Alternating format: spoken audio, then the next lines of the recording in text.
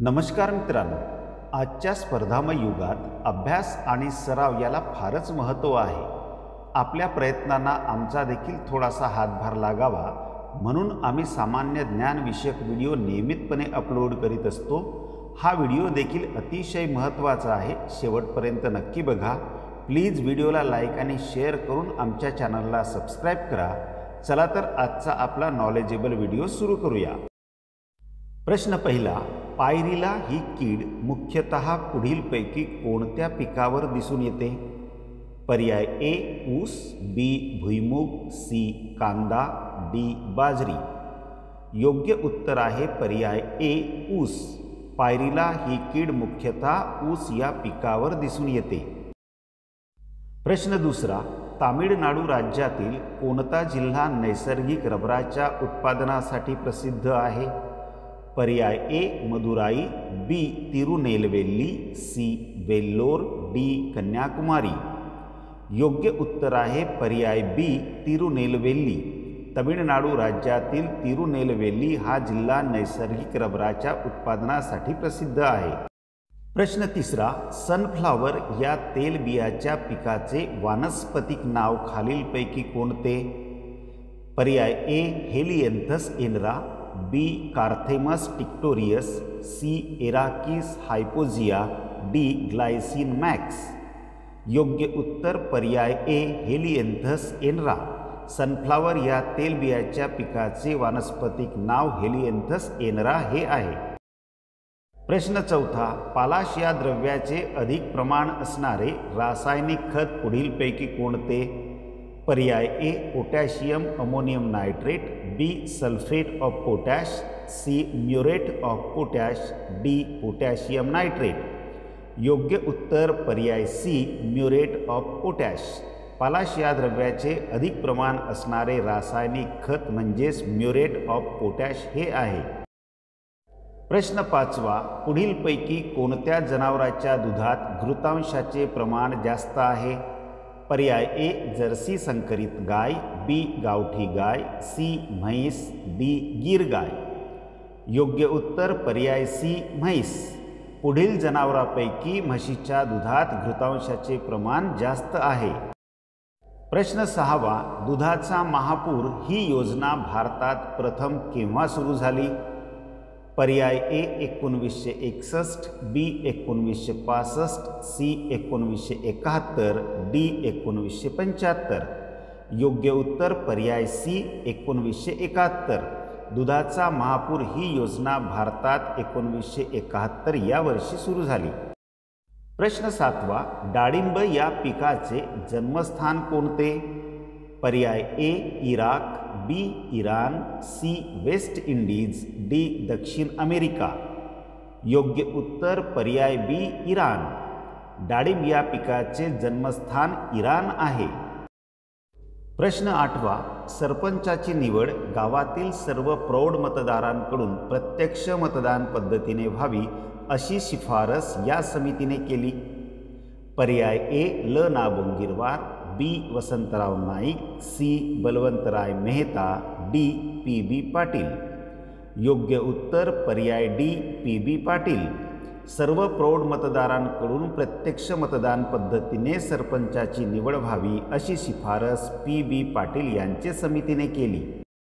प्रश्न नववा, लोकसंख्येनुसार ग्रामपंचायतीची कमीत कमी व जास्तीत जास्त सदस्य संख्या किती असते?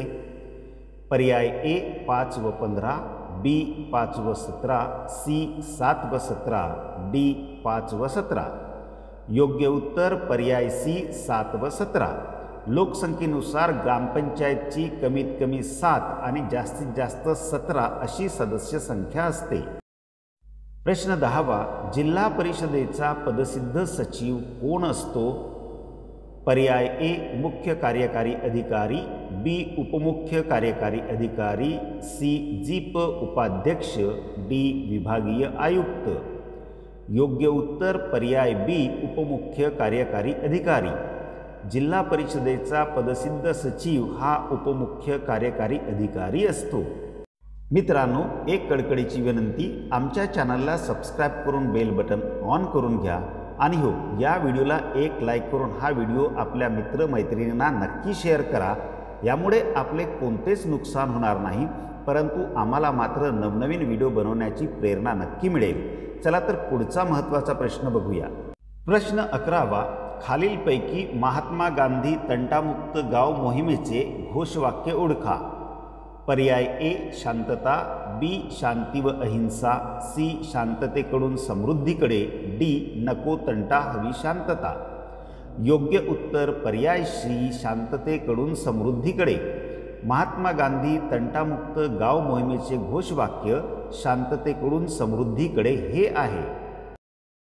प्रश्न 12वा, महाराष्ट्र शासनाने गरोदर महिला व नवजात बालक यांच्या सुरक्षिततेसाठी कोणती योजना सुरू केली?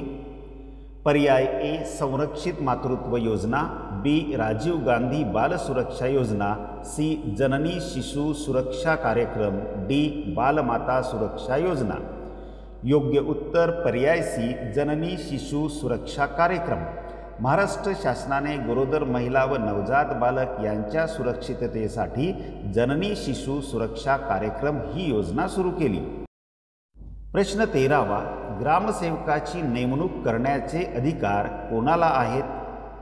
पर्याय ए गटविकास अधिकारी, बी उपमुख्य कार्यकारी अधिकारी, सी मुख्य कार्यकारी अधिकारी, डी जिल्हाधिकारी।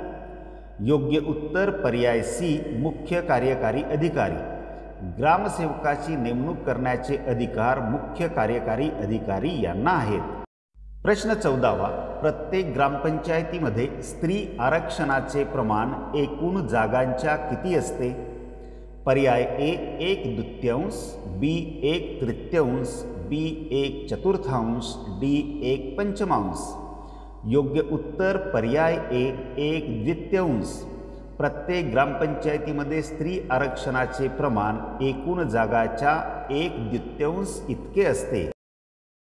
प्रश्न 15वा, ग्रामनिधीमध्ये खालीलपैकी कोणत्या बाबीचा समावेश होत नाही? पर्याय ए इमारत कर, बी यात्रा कर, सी जकात कर, डी स्थानिक पंचायत कर। योग्य उत्तर पर्याय सी जकात कर। ग्रामनिधीमध्ये खालीलपैकी जकात कराचा समावेश होत नाही। प्रश्न 16वा, जिल्हा परिषद अध्यक्षांना आपला राजीनामा कोणाकडे द्यावा लागतो? पर्याय ए जिल्हाधिकारी, बी मुख्य कार्यकारी अधिकारी, सी जिल्हा प्रमुख उपाध्यक्ष, डी विभागीय आयुक्त। योग्य उत्तर पर्याय डी विभागीय आयुक्त। जिल्हा परिषद अध्यक्षांना आपला राजीनामा विभागीय आयुक्ताकडे द्यावा लागतो। प्रश्न 17वा, राष्ट्रीय स्तरावर सहकारी सोसायटीचे विपणन करण्यासाठी अग्रणी संघटना कोणती आहे? पर्याय A marketing band, B FCI, C NAFED, D NCCF। योग्य उत्तर पर्याय सी नाफेड। राष्ट्रीय स्तरावर सहकारी सोसायटीचे विपणन करण्यासाठी अग्रणी संघटना नाफेड ही आहे। प्रश्न 18वा, पंचायत समितीचा पदसिद्ध सचिव कोण असतो? पर्याय ए विस्तार अधिकारी, बी ज्येष्ठ विस्तार अधिकारी, सी सभापती पंचायत समिती, डी गटविकास अधिकारी। योग्य उत्तर पर्याय डी गटविकास अधिकारी। पंचायत समितीचा पदसिद्ध सचिव हा गटविकास अधिकारी असतो। प्रश्न 19वा, जिल्हा परिषदेच्या स्थायी समितीचे पदसिद्ध अध्यक्ष कोण असतात? पर्याय ए पालकमंत्री, बी जिल्हा परिषद अध्यक्ष, सी मुख्य कार्यकारी अधिकारी, डी जिल्ह्यातील खासदार। योग्य उत्तर पर्याय बी जिल्हा परिषद अध्यक्ष। जिल्हा परिषदेच्या स्थायी समितीचे पदसिद्ध अध्यक्ष हे जिल्हा परिषद अध्यक्ष असतात। प्रश्न 20वा, कोल्हापूर पद्धतीचे बंधारे हे शासनाने विहित केलेल्या कोणत्या प्रवर्गात अंतर्भूत होतात? पर्याय ए मोठे सिंचन प्रकल्प, बी मध्यम सिंचन प्रकल्प, सी लघु सिंचन प्रकल्प, डी उपसा सिंचन प्रकल्प। योग्य उत्तर पर्याय सी लघु सिंचन प्रकल्प। कोल्हापूर पद्धतीचे बंधारे हे शासनाने विहित केलेल्या लघु सिंचन प्रकल्प यामध्ये अंतर्भूत होतात। मित्रांनो, या व्हिडिओमधील प्रश्न अतिशय महत्त्वाचे आहेत, परंतु तुम्हाला कसे वाटले हे कॉमेंट्समध्ये सांगा. आवडले असतील तर लाईक आणि शेअर करा आणि हो, आमच्या चॅनलला सबस्क्राईब करून बेल बटन ऑन करून घ्या. व्हिडिओ शेवटपर्यंत बघितल्याबद्दल आपले खूप खूप धन्यवाद.